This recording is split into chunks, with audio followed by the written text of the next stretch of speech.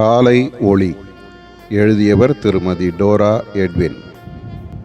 என்னுடைய அன்புக்கும் மகிழ்ச்சிக்கும் எல்லை கிடையாது. அவை நீ வாழும் உலகிற்கு ஓடி பாயும் வாய்க்காலாக நீ மாற வேண்டும். உன்னிலுள்ள தடைகளாகிய பெருமை, கசப்பு, விரோதம், கீழ்ப்படியாமை, அவிசுவாசம், அவசரம், அசதி, தூக்கம் இவை மாற வேண்டும். உன் வாழ்க்கையை சுத்தம் செய்துவிடு. என்னை கழுவி அருளும் ஆண்டவரே என்று முழு மனதுடன் வேண்டிக்கொள்.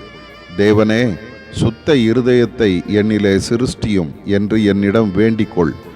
என் பாதத்தில் தரித்திரு. ஆயக்காரன் போல பாவியாகிய என் மேல் கிருபையாயிரும் என்று கெஞ்சு. ஆண்டவரே, நான் என்ன செய்ய சித்தமாயிருக்கிறீர் என்று சவுலைப் போல அர்ப்பணம் செய்துவிடு. உன் முகம் பிரகாசிக்கட்டும்.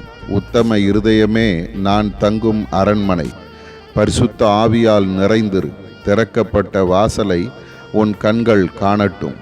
பதறாதே. மனதையும் உன் எண்ண அலைகளையும் சிதறவிடாதே. என் வசனமாகிய வெளிச்சத்தின் வல்லமை உன்னை முற்றிலும் ஆட்கொள்ளட்டும். நீ கொஞ்சமும் கிரகிக்க முடியாத அதிசயங்கள் உனக்கு காத்திருக்கின்றன. என் கரத்தை பற்றி பிடித்துக்கொள். இயேசு என்னும் ஒரு புதிய வழி உனக்கு திறக்கும். என் தூதர் சேனை உன் யுத்தங்களை நடத்தும். வெற்றி உனக்காக காத்திருக்கிறது. ஆதார வசனம்: நான் உனக்கு துணை நிற்கிறேன். ஏசாயா 41:15.